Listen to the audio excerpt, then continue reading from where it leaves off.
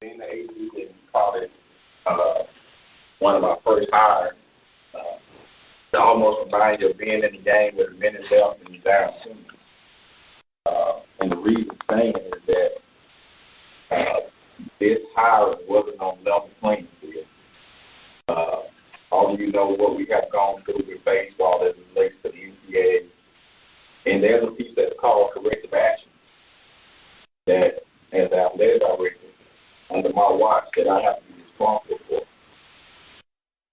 And in that legislation, it governs the expectation of what the new baseball should look like or what it's governed by. And going on those principles, we just couldn't come in and say, here goes the job like you'd like to take it to another level. We had to identify a candidate that had a lot of qualities, foremost in athletic compliance. And so that year, and that gave the committee a task, first of all, how we get to it. And so in interviews and the part that we had to speak and challenge candidates to speak to how APR, equivalency sports, in-state, out-of-state, financial aid, how to affect everything when you get ready to make a decision about baseball. Notwithstanding what you can look up and talk about what is a good recruiting day and what's a failure period. So the person has to be knowledgeable. And so in our investigations or on our probation stage when they come in, the head coach is supposed to reasonably be able to speak and explain all those things. So first of all, that made this decision process a bit different than it would be if everything was on the level playing field. And also, there were some other things that was important candidates. We wanted to make sure if it wasn't a Southern night, then there's someone that had historical black college ties. And so going through the process, that was another box that we checked this with.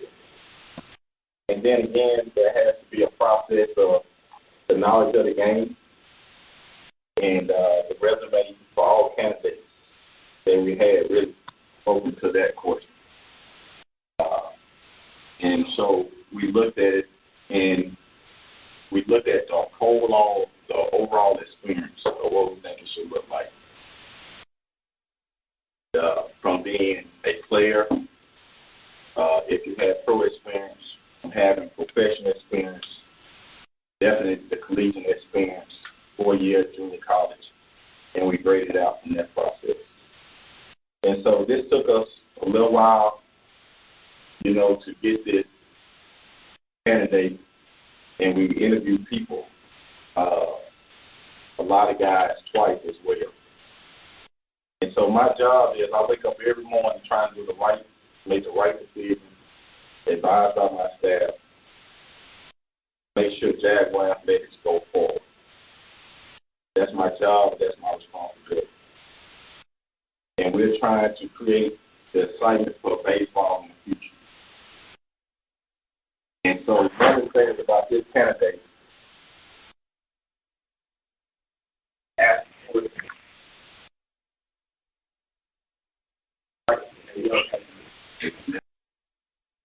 we have to make a sacrifice in life.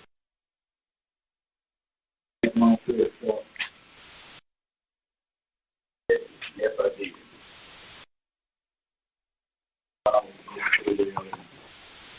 And had this accolade, I was working hard. So my grandmother said that he had to give up baseball.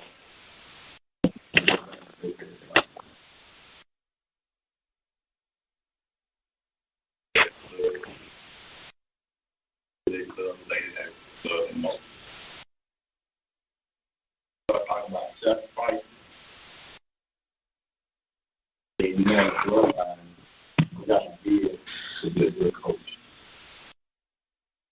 So with that being said, all the process that we had to go through. I like for everyone in here, I think that they do say sacrifice do pay off.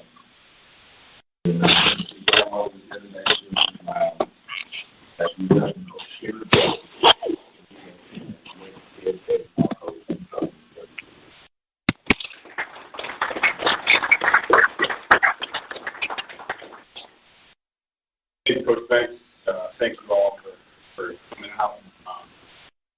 start off by saying God is good. And he has blessed me to be in this position. Honored to hold this have this opportunity to run this program and to get to heights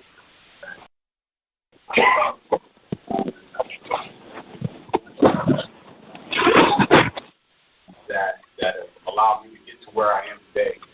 Without not Coach Ted Jameson, who I work for at the University of Missouri, Coach Dave Bingham, who coached me as a young coach on how to be a coach, how to coach players, how to care about players, and how to do things the right way. Coach Tom Dix, who was my high school coach, who also showed me some of those things. Coach Brian Reese, who was my coach at Bethune-Cookman. When I played there for him, that was kind of the first inclination that I had that I knew I wanted to go in this profession and be a coach after my playing days were done. And then Coach Mike Anderson, who was my assistant coach at University of Nebraska. Same thing, allowed me to have some opportunities when I finished playing there to be involved with the program on the coaching side and get me started my way. And last but not least, Coach Kerrick. Without what he had built this program to be, I'm probably not standing in front of you today. This job is attractive and has the potential because of what he was able to do, for not only college baseball, but college baseball at the HBCU level. And so that, to me, made this an opportunity that you couldn't pass up. And last but not least, my family. My father, Paul Ward, my mother, C.J. Tatum. Here I have here with me my family. My oldest, Zion Jackson. My youngest, Laz, and most importantly, the top coach of them all, my wife, Rita. Without them, none of this would be possible. I wouldn't have this opportunity to come and have this and take this program to a new level. With that being said, when we talk about the program and where I see it going and what I'd like to do with it, the one thing I think that we can all look to, and I want our players to understand, is Jaguar pride. That's what we'll be about. We'll hear that over and over and over again, and it's very, very simple. I believe it's personal responsibility and delivering excellence. That sums it up. And that will be our mission daily, and not just on the field. It will be our mission in everything that we do. I believe that it's going to be important that we, as a coaching staff, we coach our young men to be the best men that they can be. We coach them to be the best they can be in the classroom, in the community, on the field, and when they go back home. Because they need to understand that they're going to be representing something that's bigger than themselves. And so with that being said, a lot of people are going to be looking at them and watching what they do, and I want them to understand that they need to make sure that they represent themselves and those around them in the best manner at all times. Our players will be recognized as players in this program by what they do and not what they wear. I don't want people to identify our players and say, oh, he's a baseball player because he's got a baseball hat on. Oh, he's a baseball player because he's got a baseball T-shirt on. No, he's a baseball player because he handles his business in the classroom. He's a baseball player because he's selfless. He's a baseball player because he helps the community. And I think if we can get our young men to understand the importance of those goals, then we'll be in a good position to be successful moving forward. I also want them to be focused on we and not me. And we is all-encompassing. We as alums, we as the coaching staff, we as their teammates, we as their family, we as the people that support our program, that I want them to understand that every action they have has a direct effect on somebody else besides themselves. But when they make decisions, the last person they need to think of is themselves. They need to think about everybody else before them and then decide if that's the right thing to do. And I think if we can keep that focus, again, we'll put us in a position to do great things. staff, it is going to be important to me that I challenge not only myself, but my assistant coaches to understand that we're going to coach people first. We're going to recruit good players. But our first challenge is going to be to coach these young men on how to be successful young men in life. The baseball part will take care of itself. We want to teach them how to be productive citizens. We want to teach them how to be someday good fathers. We want to teach them how to be someday good husbands. And with those things said, again, all these things will lead up to where we want to be for the championship standpoint. Also, as coaches, we'll be servant leaders. We won't ask our players to do anything that we don't do ourselves. With my boys, it's do so because I say so. With our team, it's do so because I do so. Everything that we do, they will do, and then in turn, they will see that we're all on the same page and we're looking to get this thing done together. As far as what our goals will be with regards to on the field, I want us to get back to winning conference championships on a regular basis. That needs to be the expectation. That for me is not going to be a goal. That is going to be an expectation. When we go out, it's our players understand we're going to win conference championships and we're going to take that to the next level. And the next level past that is NCAA regionals. And when you're getting to regionals consistently year in and year out, then you're supposed to get to Omaha. But when I've taken the job, if the common vision were to share with Coach Banks on the idea of us getting to Omaha, there's no point in coaching because they won't love, in my opinion, baseball is that not. Are we going to have hurdles? Is it going to be tough? There's no question that we're going to have some obstacles in our way. There's no other things that are going to make it a little bit tougher for us than it is for other people in the country. That sure doesn't mean it's guys last night, one thing that I told them was the pitcher's mound to home plate is 60 feet 6 inches like it is everywhere else. Home plate to first base is 90 feet like it is everywhere else. Grass is green, the dirt is brown, the balls are brown, bats are long. So we have the same tools that we need to have to compete at that level that everybody else does. How important is it going to be to us to make those things? When you look at the things, the challenges that are going to be in front of us, and reasons why we can't, or reasons why it'll be that much sweeter when we do. There'll be separation between us and everybody. We can adopt that mindset, we'll put ourselves in a position where we'll be very successful here. And then, like I said, lastly, again, with where we're moving towards and what the base that has been provided for us from Coach Kadar, it's a great opportunity that I'm looking forward to. I met a couple of the players last night. We were able to talk a little bit. We had some good conversation. I think they're fired up. They're eager to get this done. And as well as from what I've understood about some different people around in the community and people that I've met, they're also very excited. So for me, I can't wait to get started.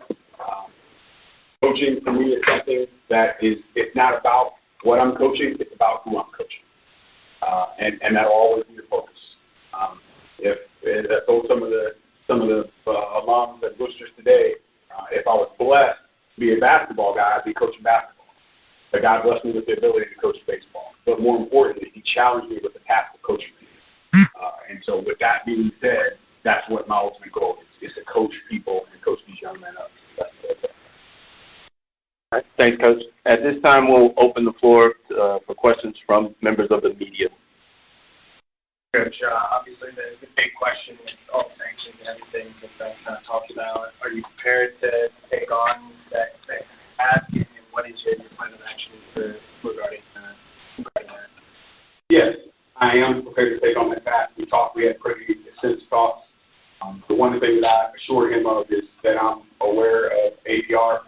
When we were at Missouri, we had 2 consecutive years where, as a baseball program, our ADR was tops in the conference. And as well know, we're in there with Vanderbilt and some other schools.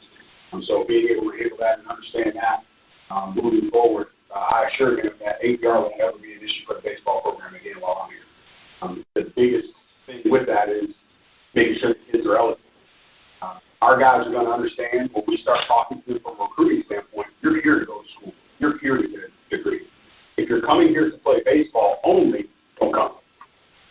But this isn't a baseball factory. This is an academic institution of higher learning, and that has to be your focus. And as long as we recruit student athletes, that's their focus, and we reassure them that is our focus, we'll never have another issue with again while I'm here. You also haven't had a previous head coaching experience. Just how do you make that transition from, and it's also been 2 years since you've been in coaching. How do you make this transition to head of a program like this? Well, you know what? I think as I talked about some of those people that I mentioned that are coaches that have been influential to me as I moved along, each one of those men had prepared me for this opportunity. As an assistant coach and going through the things I went through, every time I was given a little bit of responsibility. Hey, do the schedule. Hey, handle this budget issue.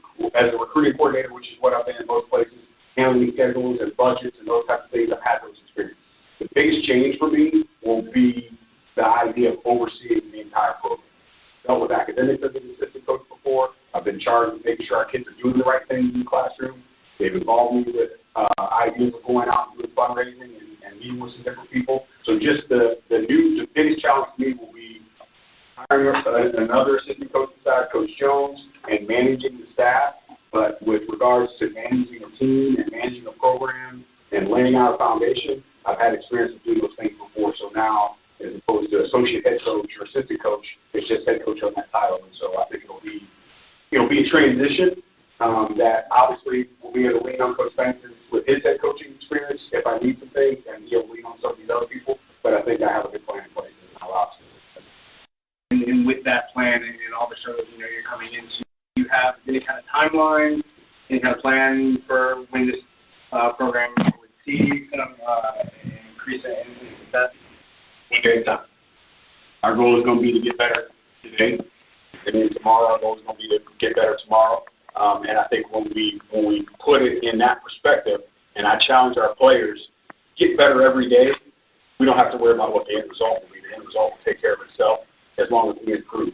We can't put ourselves in a situation where we don't get better. We have to improve in something every day. And with that being said, I think our timeline will be shortened as a result because, again, the energy and passion and enthusiasm that we're going to bring to this is going to be contagious with our players, and as a result, I think we will see a quick turnaround.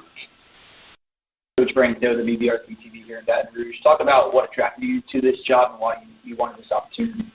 So, again, playing Bethune-Cookman and going through that experience, when I played there, we had a roster of 23 guys, I believe, and we went out and beat a lot of people. And there was something that was good about being that underdog and being in that type of situation. And at that time, Southern was it. That was when you look at HBCUs and baseball, this was the premier place. And until recently, here in the last probably 10 years or so, Bethune-Cookman has kind of risen to that a little bit. But when you look at this job and when you looked at Coach Kadar, what he had done here, and that bar that had been set was one that you looked at it and said, specifically as a young black male myself at the time, and now an older black male, but as a coach, you look at that situation and say, how good would it be for me to be a guy to take that team home?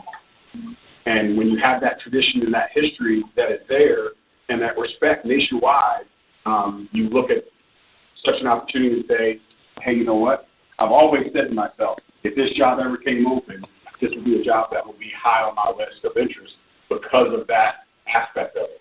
I had goals for myself as a coach moving forward, and I accomplished some of those goals, and to be a head coach was one of those. We won a Big 12 championship when I was at Missouri. I wanted to win a conference championship at that level. We made transition to the SEC. We did some things while I was there that were positive and got the program moving in the right direction. And so now this is another challenge in a historically program that has had the success that they've had in baseball. It's a great opportunity. And so it's not necessarily why would I, it's why wouldn't I. You take this job in such a big baseball city. You look at LSU. They've made that trip to Omaha countless times. Talk about the dream of Omaha. How do you get these players and future players to buy in and say, we can do that, we can get to Omaha? Well, I think what you look at is you try and get people that have a competitive nature at their core, one, two, and want to do this at the highest level that they can possibly get to.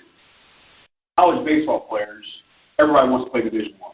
The reality is everybody's not a Division I player.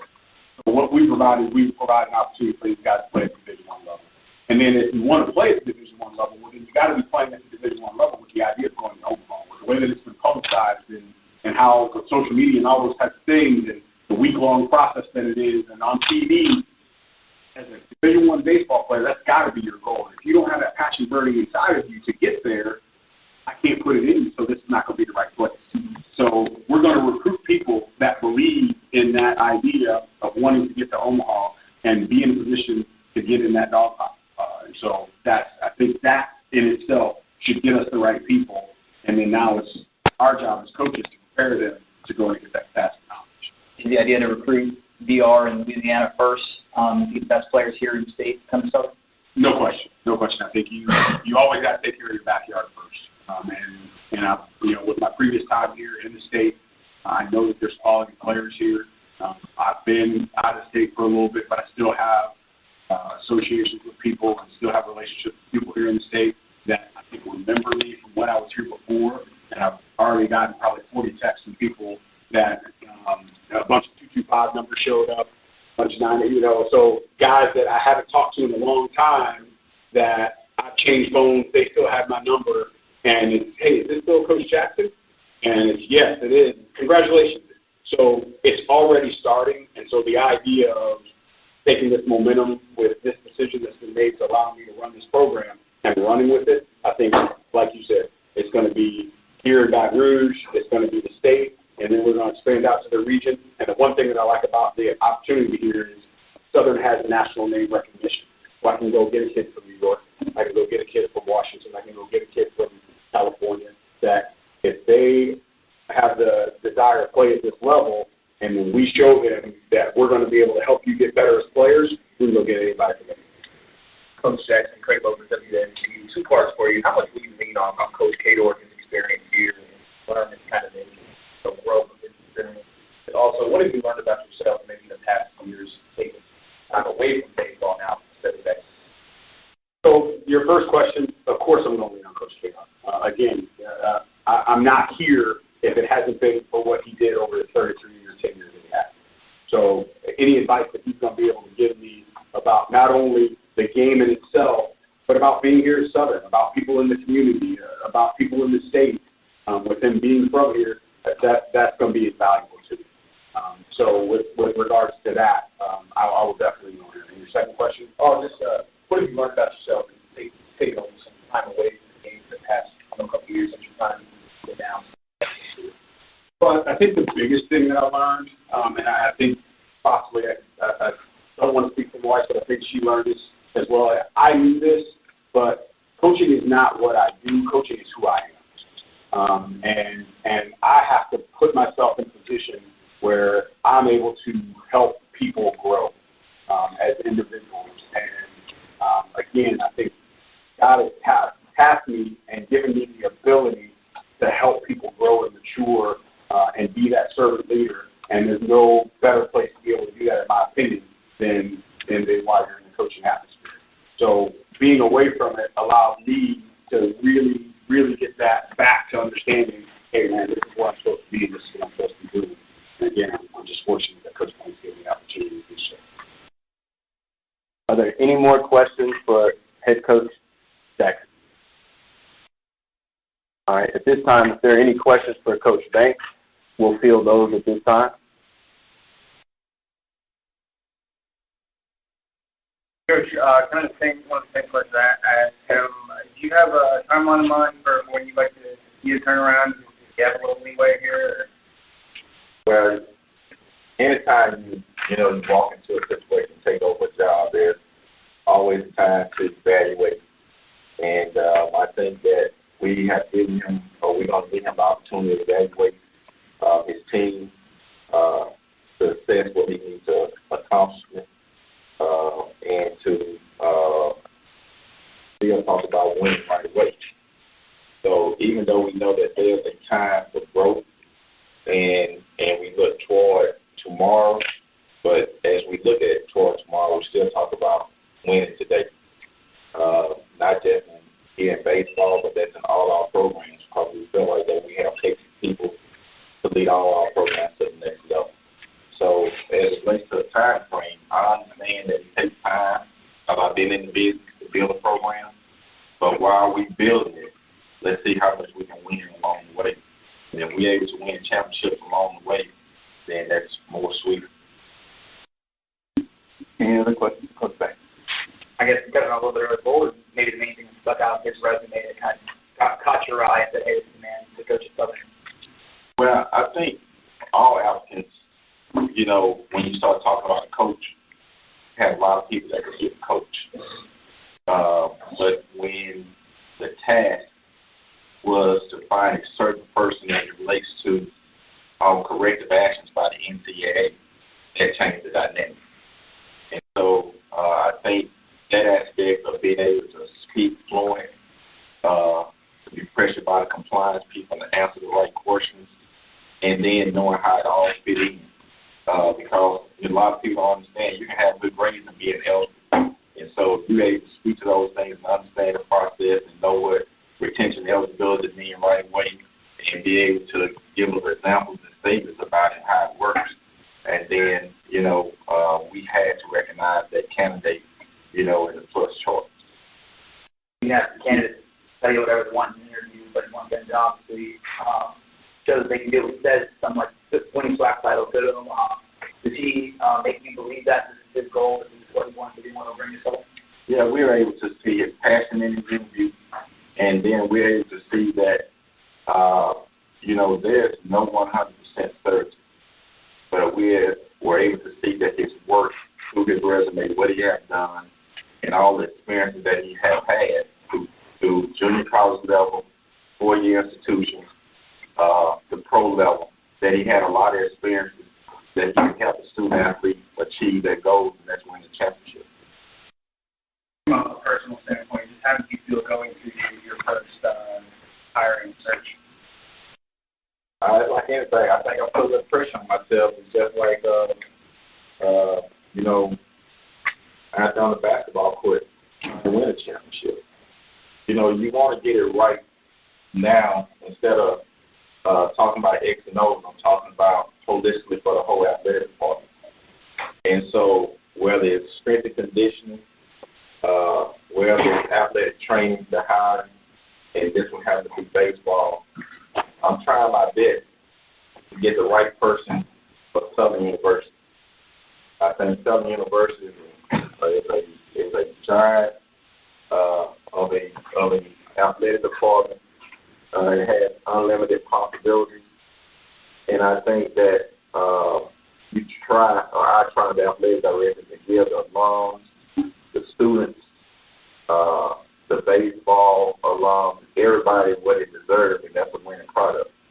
And I try to be transparent and fair about how I go about our business. And so, and I think that this candidate can help us take this athletic department holistically where we want to go, and that's be one of the best in the state of Louisiana.